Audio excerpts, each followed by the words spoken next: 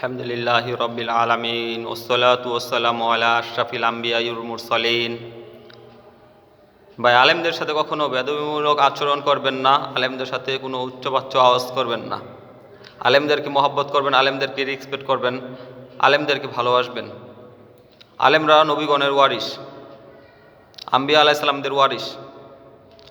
এজন্য আলেমদেরকে মহব্বত করতে হবে, আলেমদেরকে আল্লাহ তাআলা ভালোবাসেন। বাদশাহ মামুনুর রশিদ রহমাহুল্লাহর জামানায় একজন আলেম ছিলেন, একজন বুজুর্গ আল্লাহর ওলি ছিলেন। তিনি একদিন রাস্তা দিয়ে যাচ্ছিলেন, ওই সময় প্রেমিক প্রেমিকা বসা ছিল, রাস্তার কিনারে বসে কথা বলতেছিলেন। তো এই আল্লাহর ওলির জবানে ছিল জিকির, আর দিলে ছিল উম্মতের ফিকির, মানুষের ফিকির, কিভাবে আরও মানুষকে আল্লাহ তাআলার সাথে সম্পর্ক করে দেওয়া যায়, কিভাবে মানুষদেরকে এরকম নামাজি বানানো যায়, কিভাবে মানুষদেরকে ইসলামের দিকে আহ্বান করা যায়, এরকম ফিকির ছিল, ইসলামের প্রচার প্রসার নিয়ে ফিকির ছিল। তো সে একটু বেহুশ অবস্থায় হাঁটতেছিল। তো তার জুতার এবং তার পা যেয়ে পড়ে এক গাথার ভিতরে কিছু পানি ছিল, বৃষ্টি হচ্ছিল, তো পানি ছিল, বৃষ্টির পরের এই ঘটনা। তো পানি থাকার কারণে ওইখান থেকে একটু কাদা ছিটা ওই মহিলার শরীরে লাগে, ওই প্রেমিকার শরীরে লাগে। আর ওই প্রেমিক উইঠা দাঁড়ায়া ওই আলেমকে, ওই আল্লাহর ওলিকে একটা থাবড় দেয়, একটা চট দেয়। চোখকে দেখোস না, এই কথা বলে। আল্লাহর ওলি তার দিকে তাকায়, একটু চায়, আর আল্লাহ তাআলা ওই ব্যক্তির দিলে এরকম ভয় সৃষ্টি করে দেয়, সাথে সাথে ওইখানে মারা যায়। আগে তো স্ট্রোক নামে কিছু ছিল না, হার্ট অ্যাটাক নামে কিছু ছিল না, ওই হার্ট অ্যাটাকে হার্ট ফিল আর কি, এরকম কিছু একটা হইয়া মারা যায় সাথে সাথে ভয়ে। এখন ওই মহিলা চিল্লাপাল্লা শুরু করছে, আমার স্বামীকে মেরে ফেলছে, আমার স্বামীকে মেরে ফেলছে, কে কোথায় আসো, আমার স্বামীকে মেরে ফেলছে, এই লোককে ধরো। তো ওনারা ধৈরা ওইটাছে, ওনার বিচার তো আমরা করতে পারবো না, উনি তো অনেক বড় আল্লাহর ওলি, এই জামানার একজন কুতুব। তো ওনাকে বাদশার কাছে নিয়ে যাই। তো বাদশাহ মামুনুর রশিদের কাছে নিয়ে গেল। তো মামুনুর রশিদ রহমাহুল্লাহ জিজ্ঞেস করলো যে আসলে ঘটনা কি বলেন তো। এই মহিলা বলতেছে যে আমার স্বামীকে সে মেরে ফেলছে, এই ঘটনা। এখন ওই আল্লাহর ওলিকে জিজ্ঞেস করতেছে যে হজরত আপনি বলেন এই ঘটনাটা কি।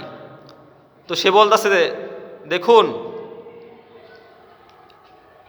এই লোক ওই মহিলাকে ভালোবাসে। আমি ওই রাস্তাতে যাচ্ছিলাম, এই মহিলার শরীরে একটু কাদার ছিটা লাগছে, এই কারণে এই লোক সহ্য করতে পারে নাই, সে আমাকে উঠা দাঁড়ায় একটা চট দিছে, আর বলছে চোখকে দেখোস না।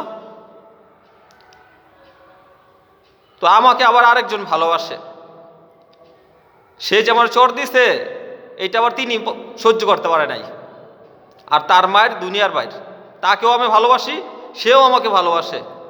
এই জন্য আল্লাহর মায়ের দুনিয়ার বাইরে। আলেমদের সাথে যখন বেদবি করবেন, আলেমদের সাথে যখন অসৎ আচরণ করবেন, আল্লাহ তাআলা ধরবে। আল্লাহ তাআলা ধরে না, ধরলে আবার ছাড়ে না। ফেরাউনকে ছাড় দেয় নাই, নমরুদকে ছাড় দেয় নাই, আবু জাহেলকে ছাড় দেয় নাই, আবুল আহাবকে ছাড় দেয় নাই, উকবা সাহেবাকে ছাড় দেয় নাই। এই জন্য আলেমদেরকে ক্ষতি করবেন না, আলেমদের সাথে লড়তে আসবেন না। আলেমরা নবীগণের ওয়ারিস, নবীর জামানায় নবীদের ঘটনা কুরআনে পাকে লেখা আছে।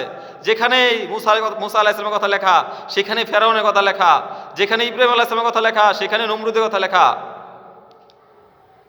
আল্লাহ রাসূল জীবনী বিতে দেখেন, যেখানে রাসূল পাক সাল্লাল্লাহু আলাইহি ওয়াসাল্লামের কথা লেখা, ওইখানে আবু জাহেল, আবুল আহাব, উতবা সাহেবের কথা লেখা।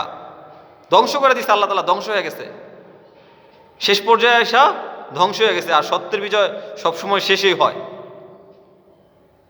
এই জন্য আলেমদের সাথে কখনো বেদবিমূলক আচরণ করবেন না। আল্লাহ রাসূল সাল্লাল্লাহু আলাইহি ওয়াসাল্লাম বলেছেন, তিন ধরনের একরাম যার মধ্যে নাই, তিন ধরনের রিসপেক্ট যার মধ্যে নাই, তিন ধরনের সিফত যার মধ্যে নাই, সে আমার উম্মতের ভিতরে গণ্য না। যে আমাদের বড়দেরকে সম্মান করে না, যে আমাদের ছোটদেরকে স্নেহ করে না, যে আমাদের আলেমদেরকে মহব্বত করে না, ভালোবাসে না, রিসপেক্ট করে না, তার সে আমার উম্মতের ভিতরে গণ্য নয়। কিয়ামতের মাঠে মাপা হবে মিজানের পাল্লায়, বলতেছে শহীদের রক্ত আর আলেমের কলমের কালি, এগুলো ওজন করা হবে। আলেমের কলমের কালি ভালো হবে, ওজন হবে, আলেমের কলমের কালি ওজন হবে। আলেমের কালি, আলেমদের কালি শহীদের রক্তের চাইতে দামি।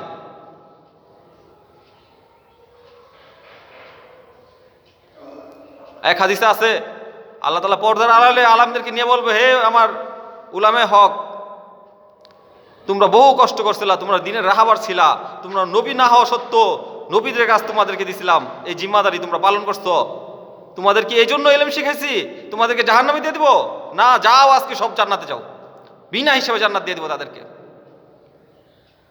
এই জন্য আলেমদেরকে রেসপেক্ট করতে হবে, আলেমদেরকে মহব্বত করতে হবে, আলেমদেরকে সম্মান করতে হবে। আল্লাহ তাআলা বলে, আমি যে একতাবাদের সাক্ষী প্রথম আমি নিজে দিছি, এরপরে আমার পরে আলেমরা দিছে, তারপরে ফেরেশতা কুল দিছে। আল্লাহ তাআলা নিজে দিছে, আল্লাহ তাআলা এক ও অদ্বিতীয়, আল্লাহর কোনো দ্বিতীয় নাই, তাওহীদের সাক্ষী, তারপরে আলেমরা দিছে, তারপরে ফেরেশতা কুল দিছে। আলেমদের সাথে বেয়াদবিমূলক আচরণ মানে নবীদের সাথে বেয়াদবিমূলক আচরণ, মানে আল্লাহ রাসূলের ওয়ারিস এই আলেমগণ। নবীরা কখনো জায়গা জমি অর্থ সম্পদ রাখা যায় না পৃথিবীতে, নবীরা এলেম রাখা যায়, আর এলেম থাকে আলেমদের মধ্যে। নবীদের ওয়ারিস, নবীগণের ওয়ারিস, ওয়ারিসের সাথে বেয়াদবিমূলক আচরণ মানি নবীর সাথে বেয়াদবিমূলক আচরণ, আর নবীর সাথে বেয়াদবিমূলক আচরণ মানি আল্লাহর সাথে বেয়াদবি করা। এই জন্য আলেমদেরকে মহব্বত করুন, আলেমদেরকে ভালোবাসুন, আলেমদের সাথে কখনো খারাপ আচরণ করবেন না, কখনো না। আসসালামু আলাইকুম ওয়া রাহমাতুল্লাহ।